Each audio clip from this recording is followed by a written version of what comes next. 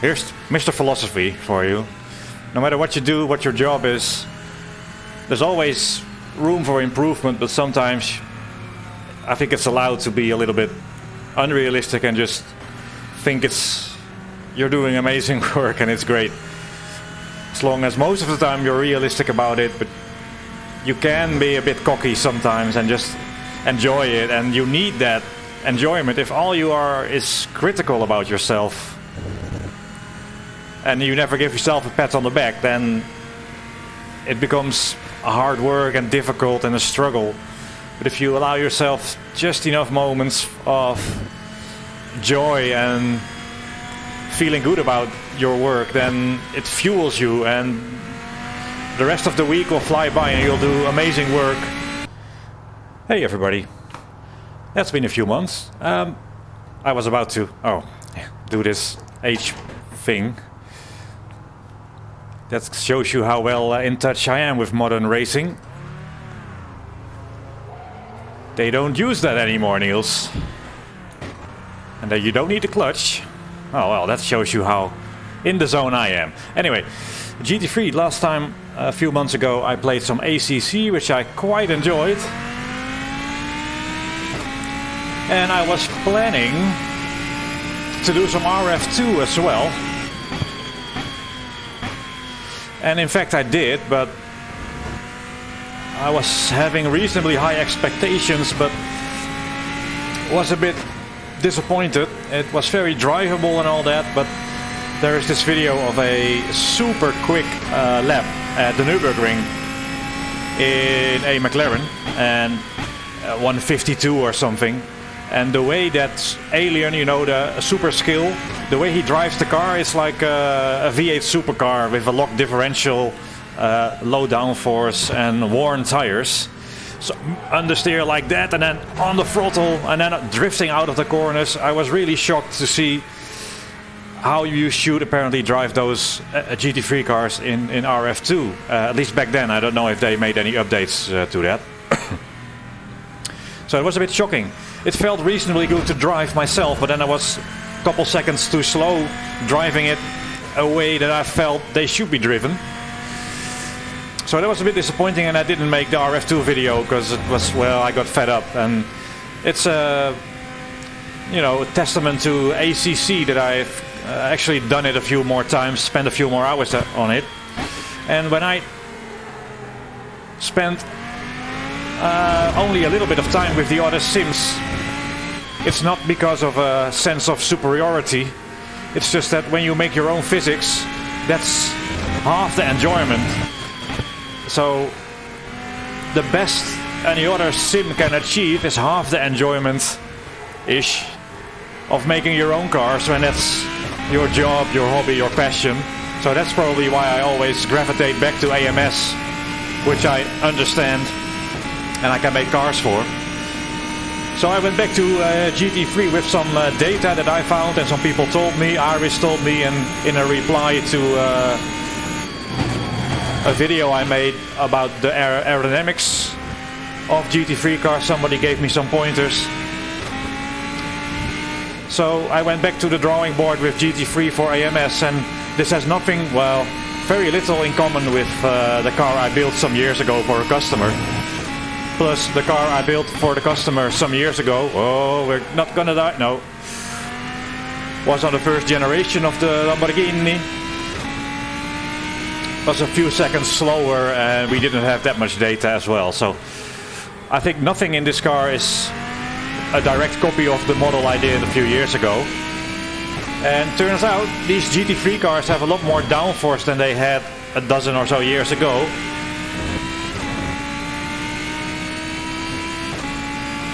And the eagle-eyed amongst you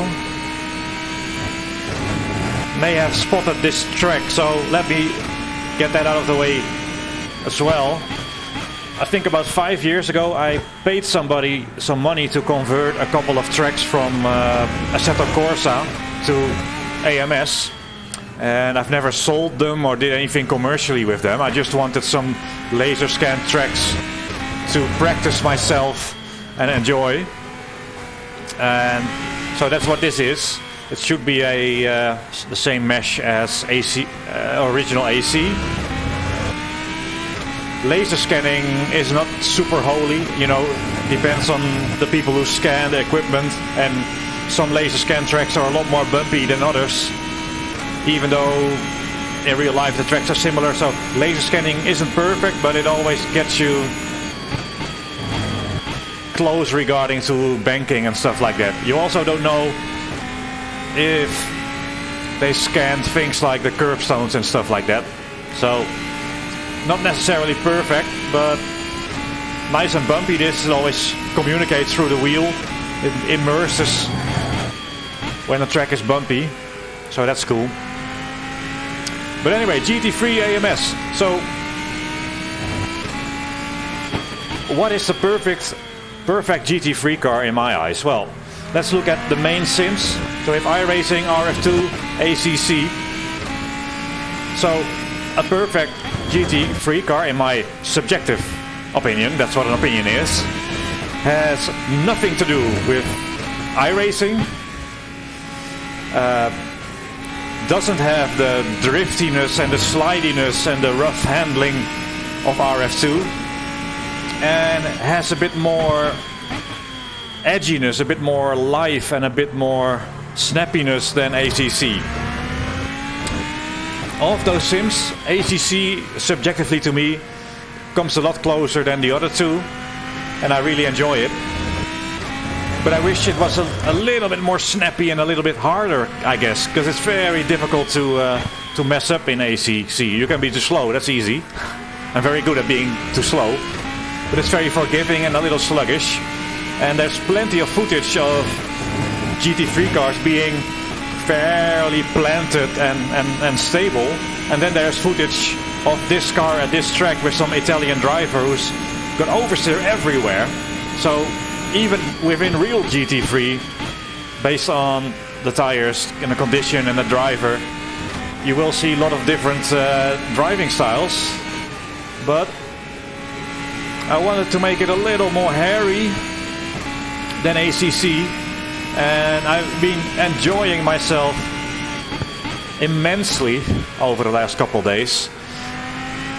And that's why this video is probably going to be titled The Perfect GT3 Car, which of course it isn't. But I've always, on my channel, when I talk about physics, very critical about things that aren't quite right, or very open about, you know, things that I don't know what actually is correct. And it's very easy to get carried away with the being so critical and unknowing of reality.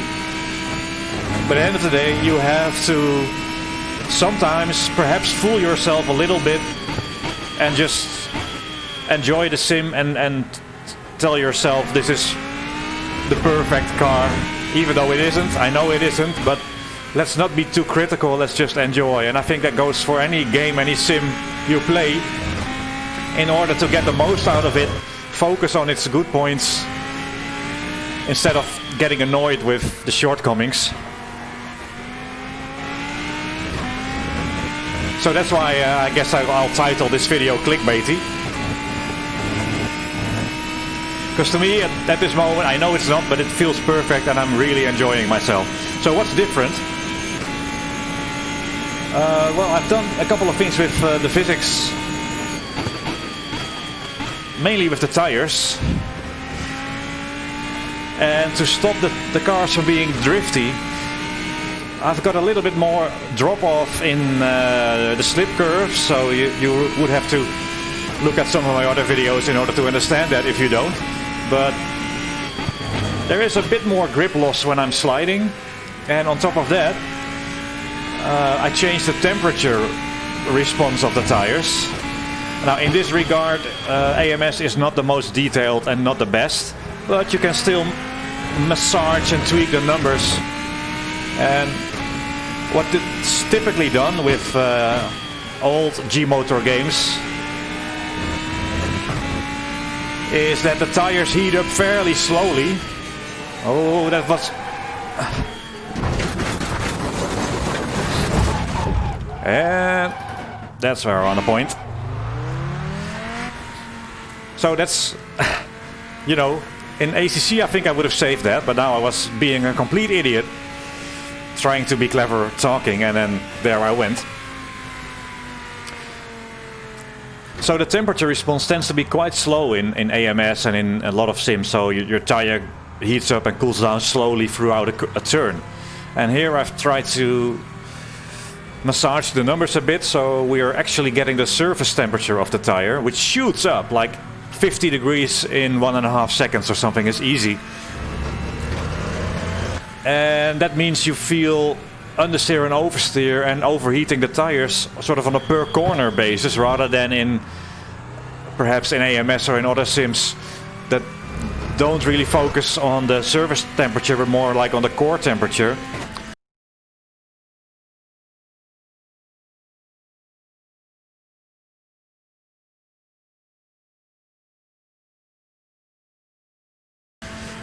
After a few laps of overdriving you feel it, but that's kind of weird. So here the tire pressure is the thing that takes a few laps to really change, but the tire temperature changes instantly almost. So if you go full understeer into a turn, your outside front tire will overheat quite quickly and you'll lose a little bit of grip. It's not mega, but still. And this track is quite hard on the tires. And if you overdrive it a bit, you can feel it getting a little squirmy. And also, if you get a slide like that, you have to be more on your toes. At the same time, it's still quite easy to drive, and it's definitely not iRacing. Sorry, they do so many things right. You know what I think about iRacing. I just don't like the handling. Because the way it works here, and I'm not sure if that's fully realistic, if you get oversteer, the outside tire is hot because it has the most load on it, and when it snaps back to the unloaded side, which is less hot, and that's more grippy. So you don't get those eternal tank slappers. You can snap out of it, but if you have a big slide, you will lose a little bit of grip and go a little bit wide and lose more time. So I try to look for a balance where you don't get RF2 drifting, and you also don't get like a small slide killing you, but you get something in the middle. Another thing I've done is, as I really don't know how to drive anymore, is asymmetrical tire grip. So the tires in braking have a little bit less grip than when accelerating. This is, you know, who knows? I've heard it might be true. And that means I'm actually at the ABS tire limit when braking and do about 2 Gs braking, but I have like 7% more traction grip, which, if that's true, I don't know, it does work well to stop the braking distances for being too small or too short. And noisy curves. So if you saw my videos about tire data and stuff, abrupt lift. That real tire data is noisy, right? When you measure the tire grip, it's very noisy data. And I figured, let's just try this randomly, see if we can break the physics engine by creating very noisy, high-resolution slip curves. I'm not going to say that transforms everything, but it's kind of cool. You do feel a little bit of sort of graininess in through the wheel as well, and yeah, it's a fun thing I tried, and I think each tire curve is like 2,000 numbers in it now. And here it runs 720, abrupt lift, 720 hertz physics, no problem. So it just goes to show how flexible and powerful the physics engine is. Anyway, since we are driving here and I'm talking, that means we're doing terribly lap time wise. And you may have also seen I'm taking some curves. And here, this is so nice if you get the rotation.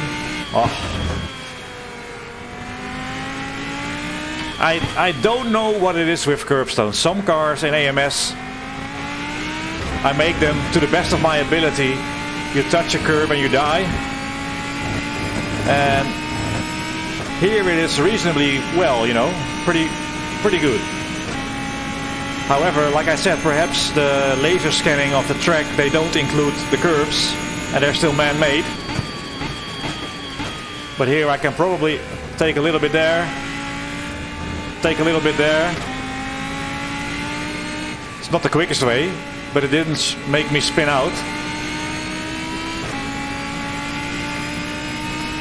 But some cars, they just don't do it, and I think here it's hopefully a sign that even though at the end AMS only has a single point tire model, as long as the point is chosen properly and the physics work well, it doesn't mean you can't take curbs. And we've never had the problem that you cannot drive over curbs in a straight line, really. So I think what they updated with ACC was not so much of a problem with AMS to begin with.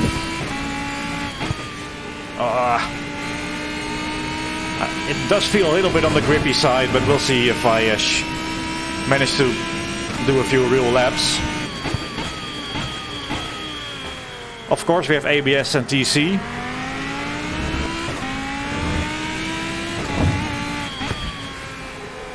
It wouldn't be... Oh, there we go. A Heusinkveld video if I didn't mention that throttle modeling again, because I complained about ACC with that. And since we have it on the screen, you can see that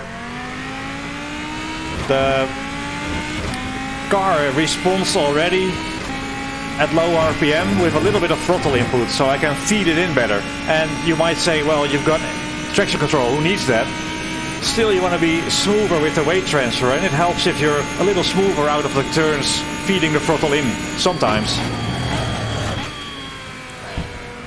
See, that's curb, fine. Here you probably don't want to. A little bit loose.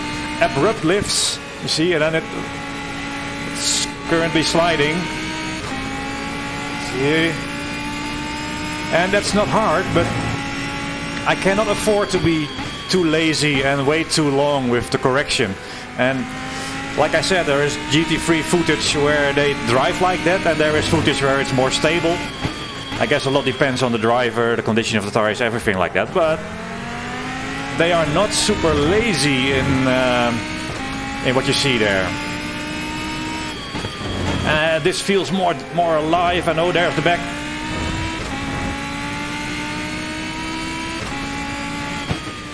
Because when you look at those videos where they are a bit of a handful, it does seem that you do have to be a pretty solid driver to get the most out of that. It's not easy at all.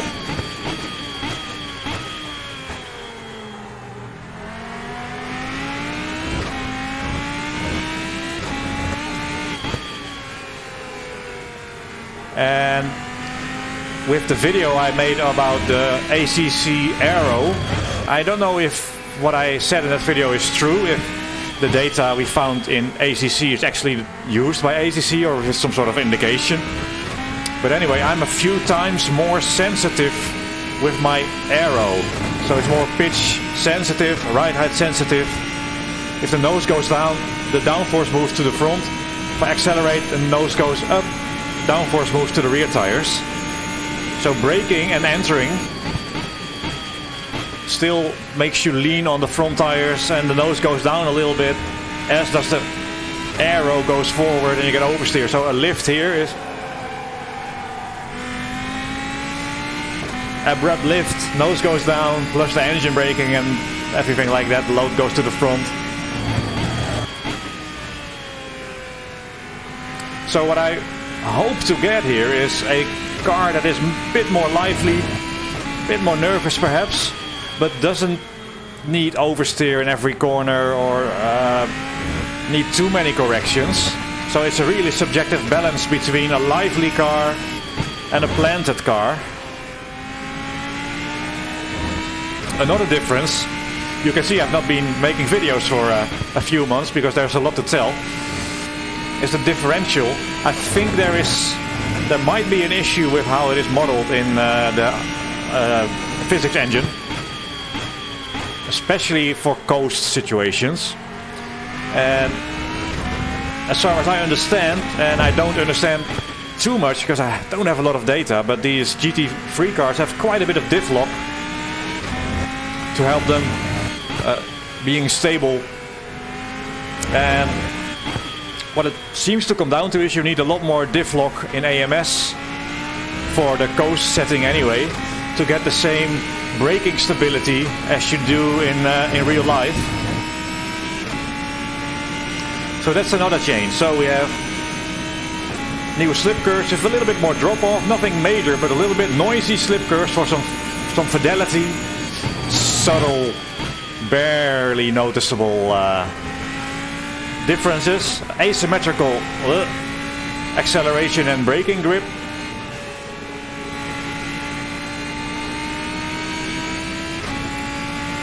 Better throttle modeling than ACC. More pitch sensitive aero than I ever used in a car like this, and if the data is correct, more pitch sensitive than ACC. And think about pitch sensitivity for a minute. Typically we talk about when you brake hard, the weight moves to the front and the nose pitches down, which moves aero to the front and makes the car tricky and oversteery because the downforce goes to the front. Reverse also happens when you exit a corner and the nose lifts slightly, you get more rearward aero, so it can actually stabilize the car on corner exit and have you resulting a bit less corner exit oversteer. And if there's one thing, these GT cars, when they set up well and driven well, they can really fly out of the corners. That's something that you see with F1 as well, the way they can just open that throttle. It's amazing the traction they have. And of course, the quickest way around the track is great acceleration out of the turns. It's a little hairy, that final turn. So I don't think this car can do a 42. I think the quickest lap here are 43 mid-high in reality.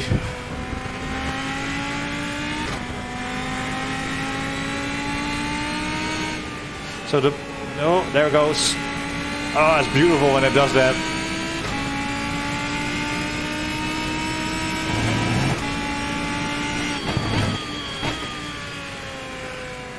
Wait, turn, and then full throttle.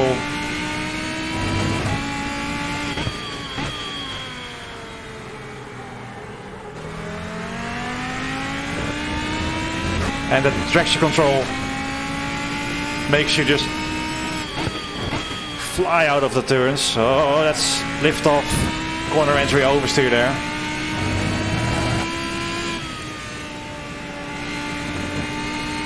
Bit of understeer there, mid-corner.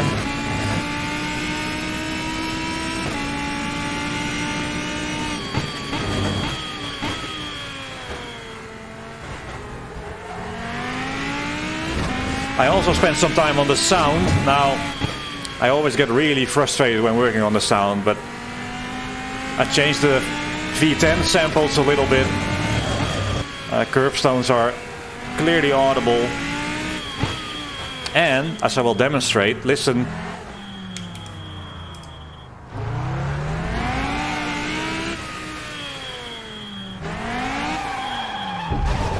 So the skid sound comes in way later than we typically do with Riser Studio. So our sound guy added some code where you can set the amounts of slip where the various skid sounds get played. So what I have here, the scrub sound, is sort of a low-pitched squealing that starts and that drops a little bit, and then only when you're really sort of getting the smoke and stuff like that, then you get a louder skid sound. I enjoy working with sound. I know this is not probably as immersive and as good as ACC, but still enjoyable and communicative when you get a little bit of tire noise as well.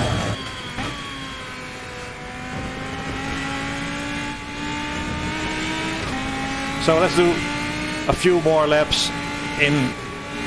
Every time you lift off the throttle, the nose tucks in, but I do get up with a little bit of understeer there.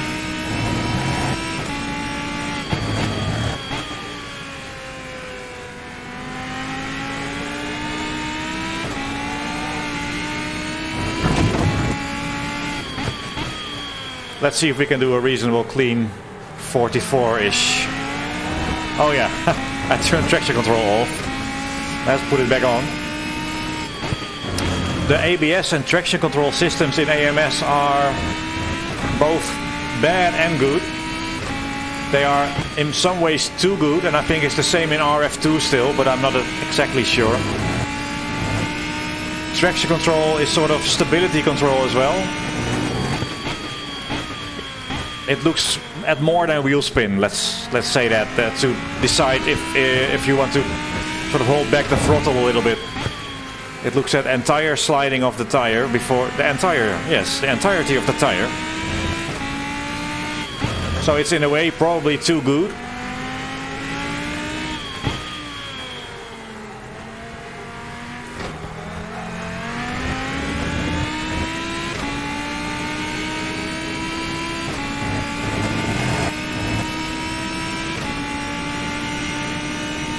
Wow. That's how slow I am. Jeez, okay. Focus. No, it's not a focus. That's heavy. Yes, typical camera driving.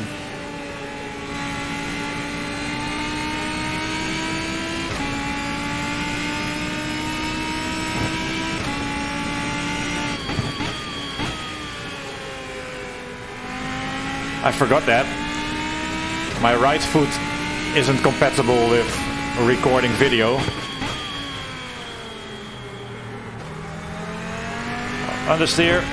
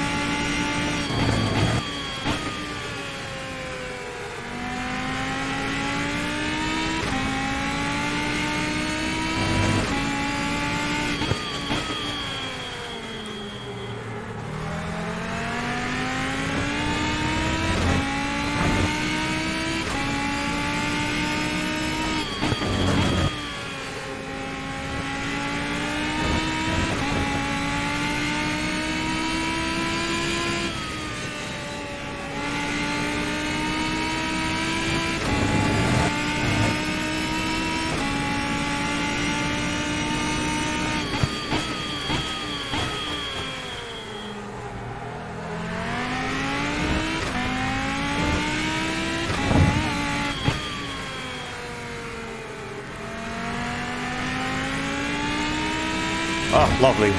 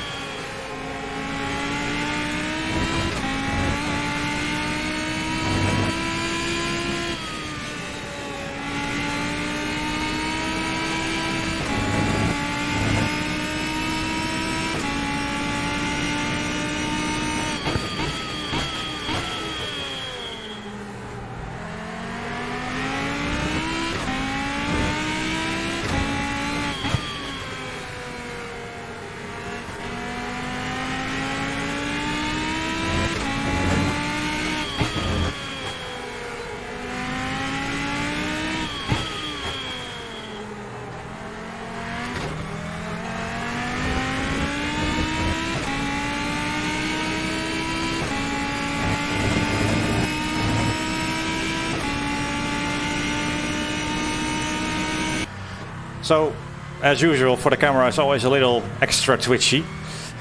But you saw I do have to be a bit more on my toes, as with ACC.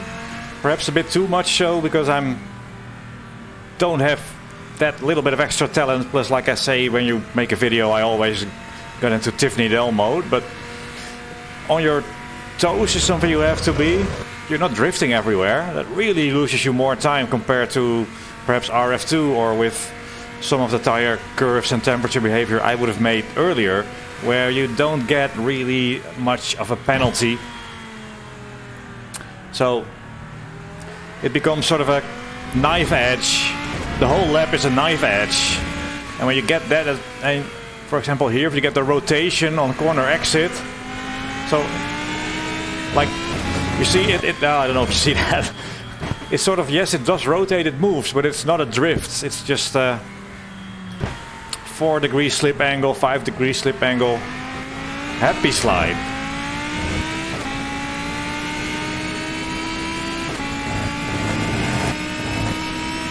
That final turn is definitely not flat out all the time.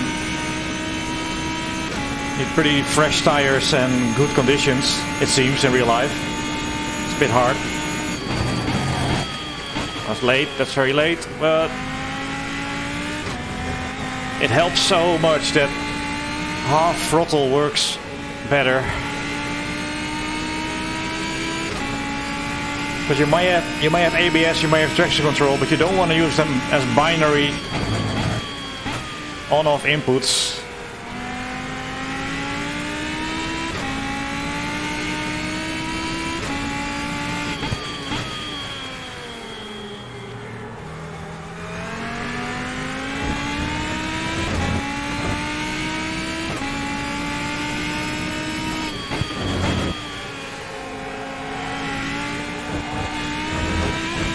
For example there, if I was smoother getting off the brake pedal in that corner, I think I would have avoided the oversteer.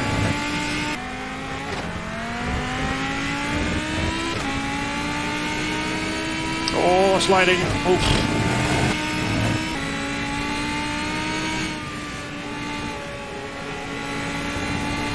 Oh. Too much. There is too much. So yeah, perfect car? No, of course not. One of the things, I think at low speed I get too much heating of the tires still with slip angle. I think I can probably tune that a little bit better. So that left hand hairpin, my outside front is a bit warm from braking, and then entering it overheats a little and I get some understeer. That's, if it's realistic or not, of course I don't fully know, but you really notice that if you're oversteering through a corner you get more trouble because the rear is too hot, and if you understeer through a long corner you start to feel it because the fronts are overheating. So that balance of the car really changes per corner and on your driving style, which feels really dynamic and very cool. And you're talking a few percent grip loss at most, right? It's not a lot, but a few percent front and rear difference is enough to change understeer and to oversteer in the other way.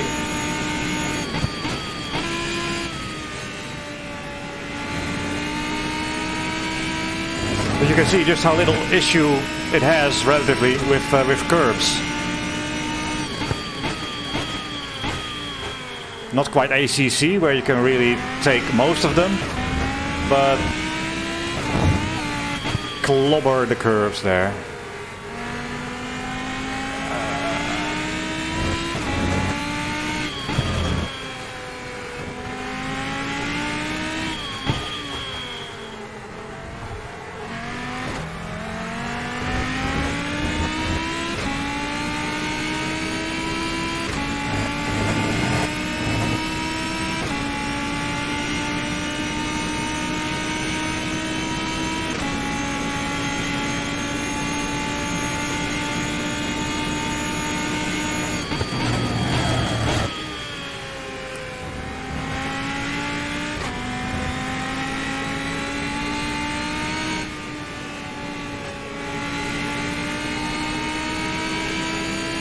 Oh, steering goes a bit light. I think I was sliding a bit too much there, but still good.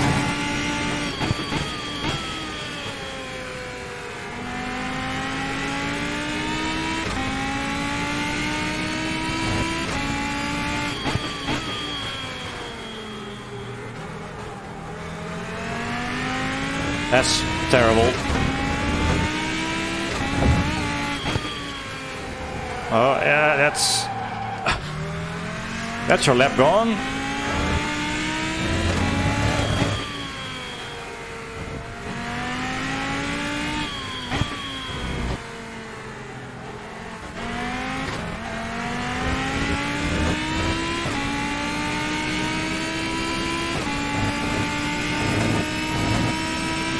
You're really punished in the last turn. If you go understeer, you will get more understeer. That feels really nice. Be careful when you get punished from applying too much.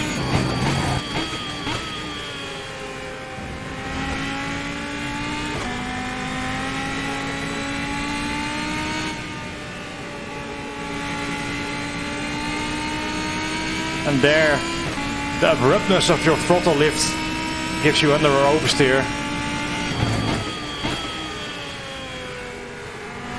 Here it's with hot tires on the outside, a little bit sketchy on the exit always.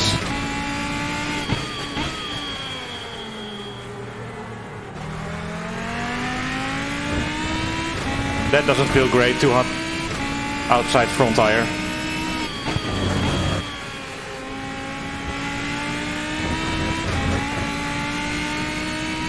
And here if I abrupt,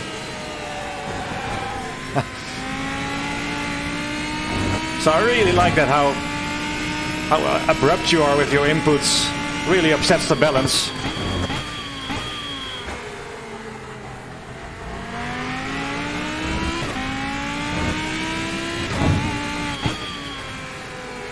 Here as well, if you're abrupt into this corner, it's very easy to get oversteer on entry. And that means you're in trouble all the way.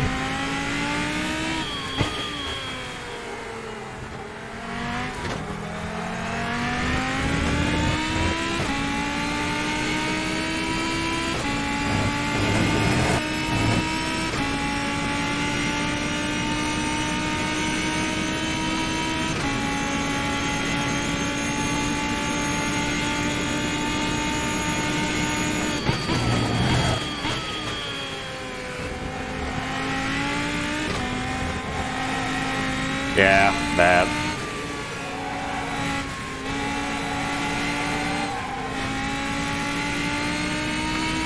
At some point you do start to feel the rear tires getting too hot and you lose a few percent from temp, and then oversteer gets a little, you lose more, you need more space.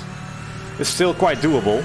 And then when it snaps back, it snaps to the other side, which is not quite as hot and it's not that unstable, and you don't do an iRacing and die.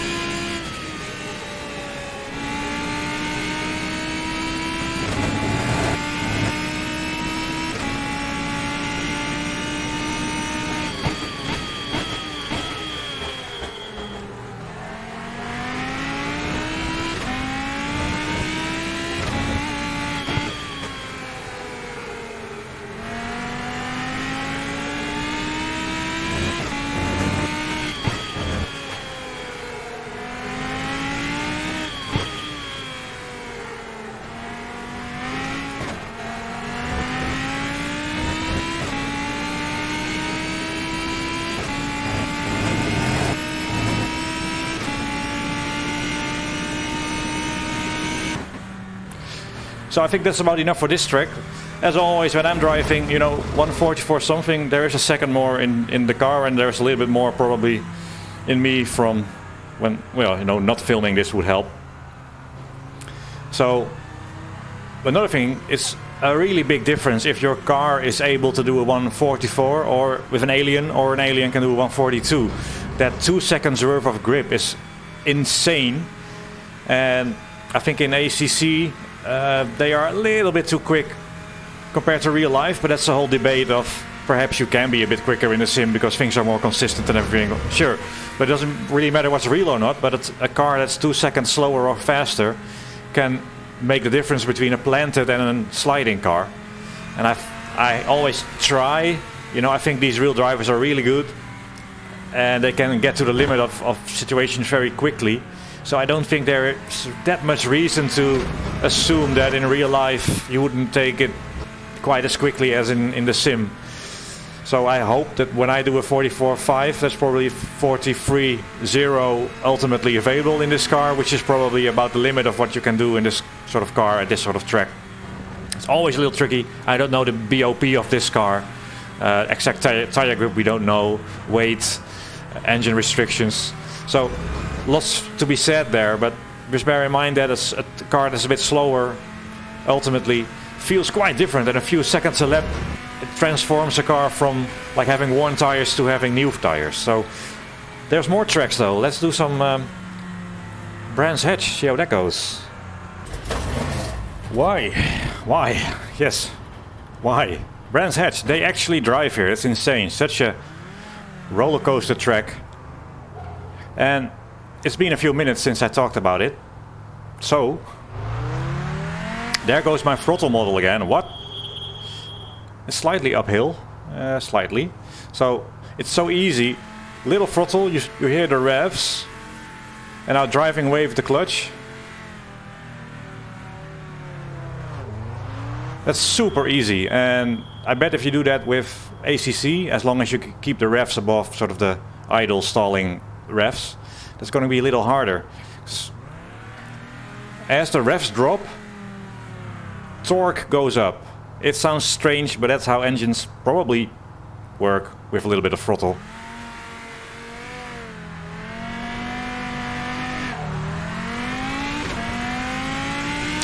Anyway, I was just too scared to start driving here.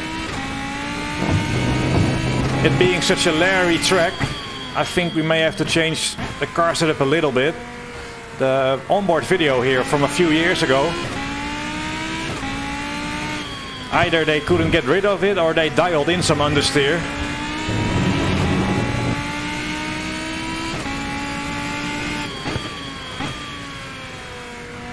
And this is of course also not quite laser scanned. I get the feeling that most of the tracks in AMS are really done very well, but some of the undulations and bankings can be a little weird, but then again, who's to say it isn't like that in real life?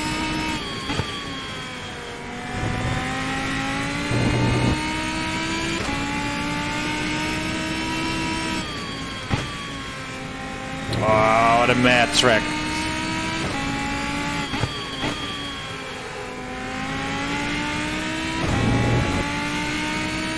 This final turn down, one gear, sure, over the crest. You don't want to hit that. I'm 100% sure I wouldn't have the bravery in me ever to do that.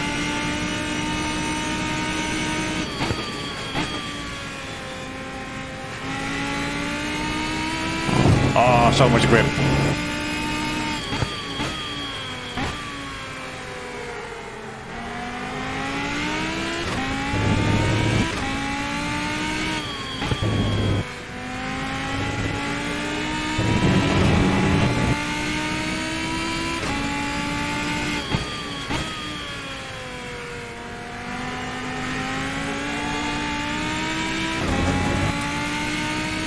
Well, no understeer for me, currently.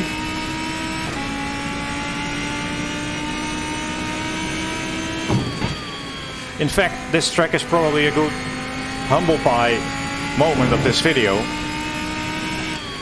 Because I've always had trouble with one of the corners. And now with these physics that seem to be, well, I like them. And like I said, sometimes you have to not be too critical and enjoy it. But this car takes it better than most.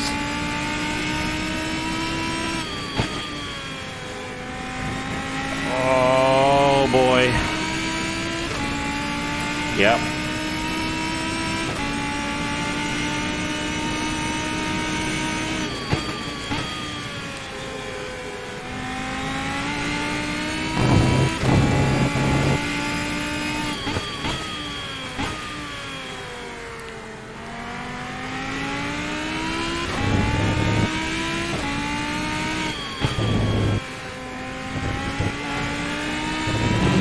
So this corner that's coming up now, I always blamed the undulations here for upsetting the car, but this one takes it so well. Oh yeah, well, as you can see, that's the line.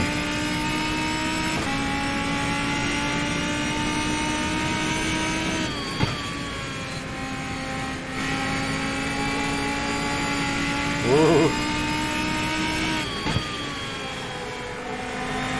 I think it might be a bit too oversteery, costing me a bit of time. Yeah, probably.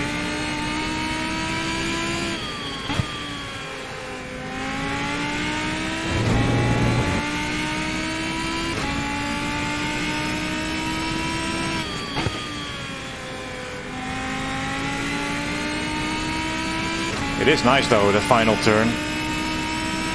Understeer there would really end your day.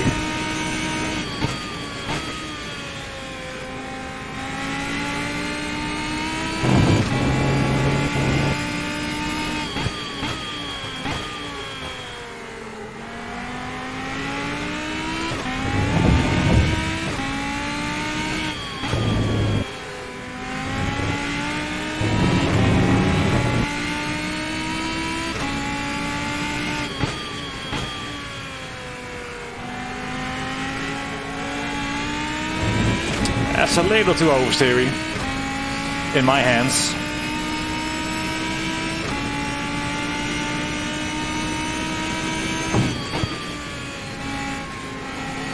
Yeah, here too.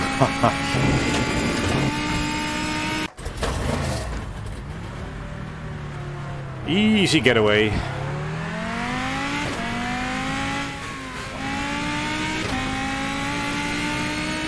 So a bit more rear wing. And a bit more understeery anti-roll bars.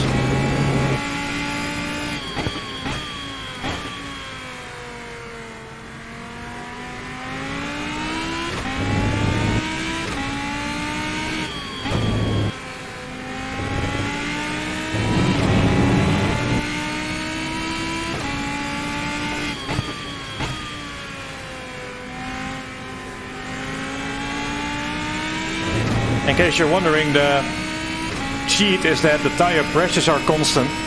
It's not really a big issue in real life. I don't think the pressures change that much during a single lap. It takes a couple laps to get them up to pressure, but then unless it gets colder, for example, and there's less heat energy being radiated into the tire, then you will lose pressure, like during nightfall. And that's something in ACC I think you have to be pretty careful with your tire pressures. But here for a single lap, the temperatures change a lot, but the pressure is constant. A bit more understeer here now, but I think the stability on the rest of the lap will be better.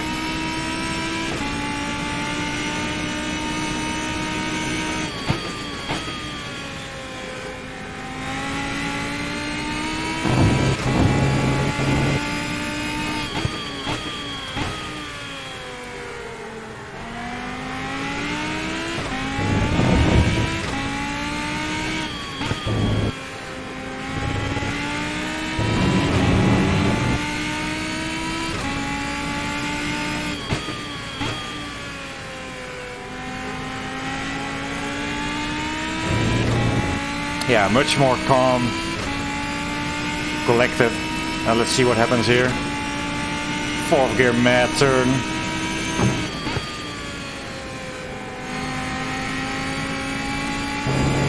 Bad line, but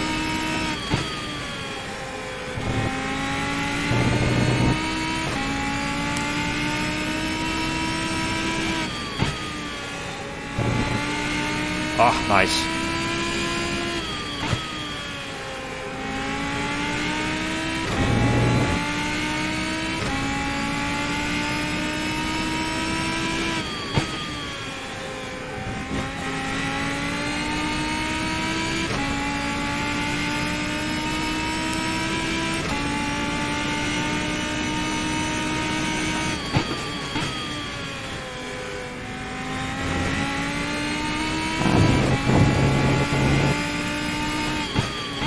Too late.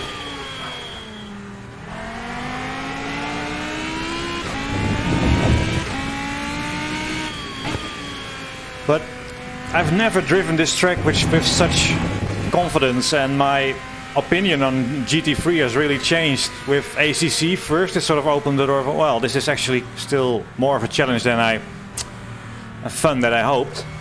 But let's make him a bit more alive, and then some disappointment with RF2, and now with this, subjectively really enjoying myself, and it's more planted and drivable. They've got more downforce than I used to think, and then they used to have probably quite a bit of tire grip.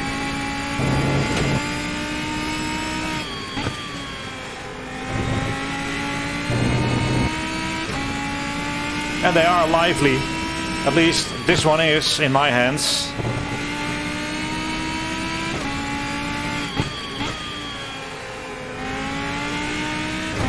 Even with traction control, ABS, still lively, you still have to be smooth.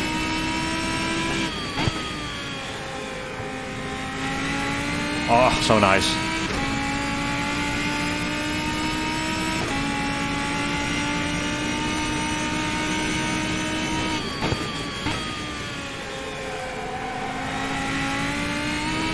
Oh, it's a pretty big slide, you don't want that.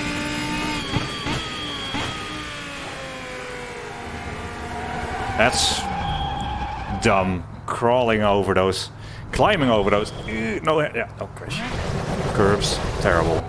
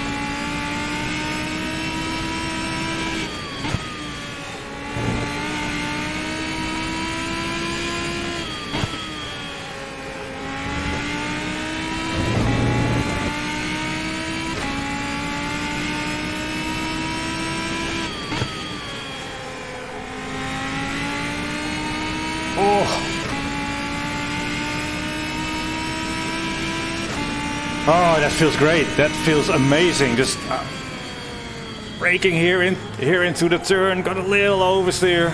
Riding it out. Hoping you don't get enough, too much understeer to die there. Here accelerating out in first gear. You get a little bit of rotation. It felt really nice. Here I dialed in a bit more understeer to stabilize it and ride it out over the curbs. That really felt so nice to do. And that's what I mean. Of course it's not perfect, but no matter what... Oh, here's Mr. Philosophy for you. No matter what you do, what your job is, there's always room for improvement, but sometimes I think it's allowed to be a little bit unrealistic and just think you're doing amazing work and it's great.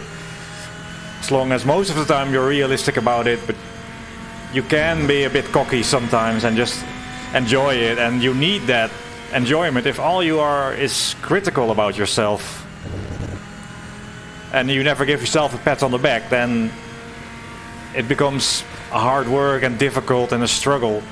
But if you allow yourself just enough moments of joy and feeling good about your work, then it fuels you, and the rest of the week will fly by and you'll do amazing work. So yeah, one more track. Let's try Imola. I just like it when you... what do you do, Niels? Speak English? No, I don't really do that very well. No, thank you. You pull the lever and get into first gear. There's still some rotation happening and everything, and the car lurches forward even though you have the clutch pressed. That's just cool. No auto clutch, it's nice. Anyway, Imola, also not laser scanned. Most of the time it's really good. And the places I make mistakes will be 100% down to the track geometry.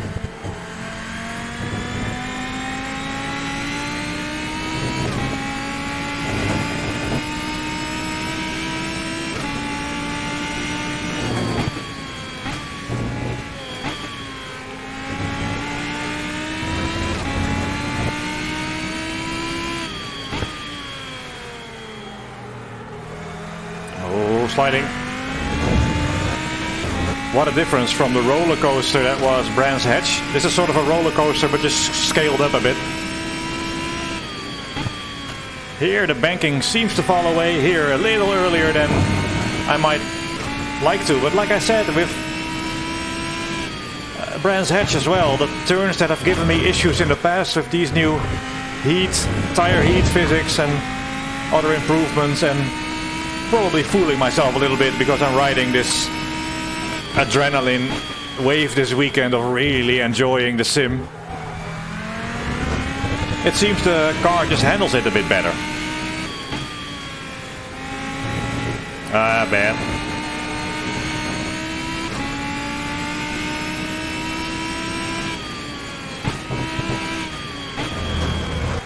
What a great corner this is. And it's followed by the chicane I don't understand at all. I would like to take it well, but...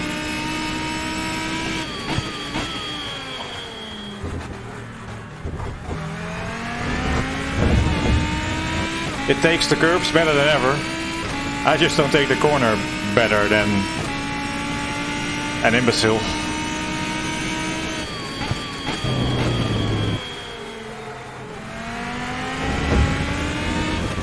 That's too hot, too hot.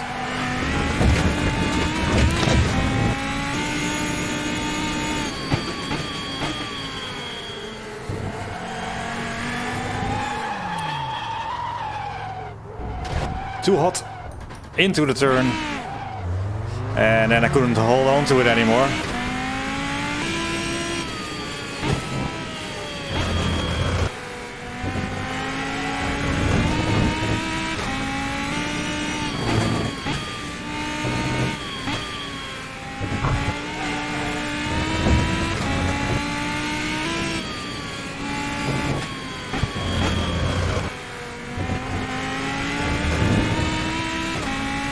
So there's a little bit of a setup change. Just the anti-roll bars, a bit less oversteer.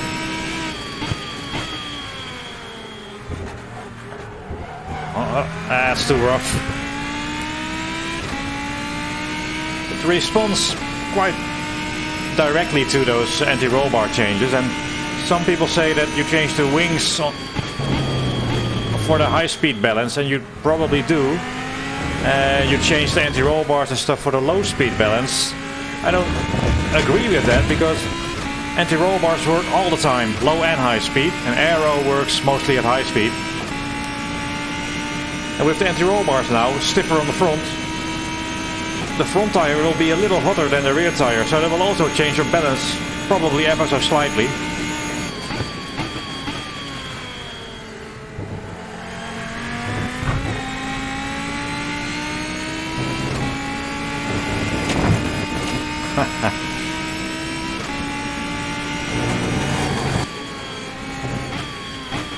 My factory drive would also hang in the balance if I drove like this.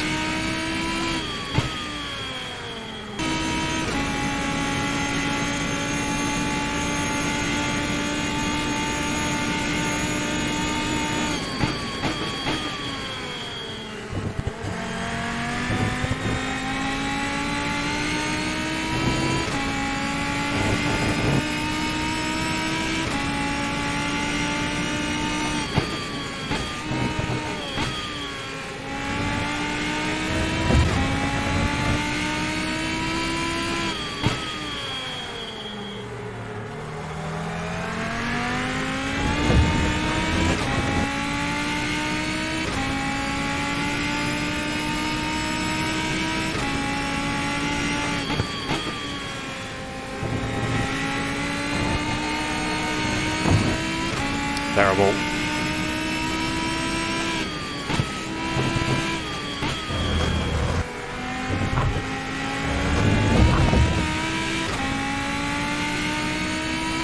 So an angry suspension, it hates me.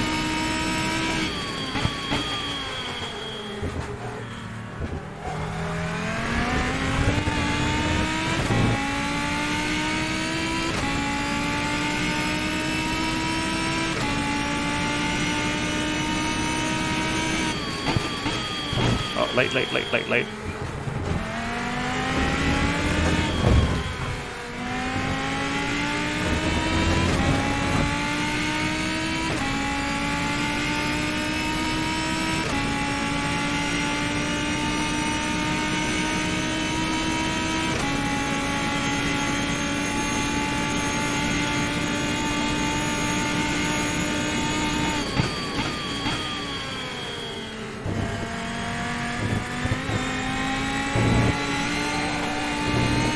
Oh man, I just like that so much. Like, that was a terrible line there, and I got a bit of a moment, and I had to be on my toes. I had to do that quickly. It wasn't super difficult. I could tell it was going to snap a bit on me, but I had to react fairly quickly, and didn't snap back. It corrected nicely. My lap is gone. I'm being put in my place where I am as a driver, so yeah, real nice. I really enjoy this. And like I said a million times in this video, that doesn't mean this car is perfect. I'm just having a great weekend, just forgetting about imperfections and really enjoying this. And doing AMS GT3 better than I've ever managed. And perhaps you found that somewhat enjoyable. And now you've seen that I'm still alive. My summer holiday was sort of the last time I was simming. But this physics stuff, this English that I don't master. Spend a lot of time with hardware projects, and every now and then you get back to the tires and the aero and watching videos, finding data, and you have a weekend like this when it sort of comes together and the enjoyment is mega. I hope I managed to share that 1% of sim racing joy. And I think I'll leave it there. And if not, Editing Niels will have some final comments. Alright, bye bye.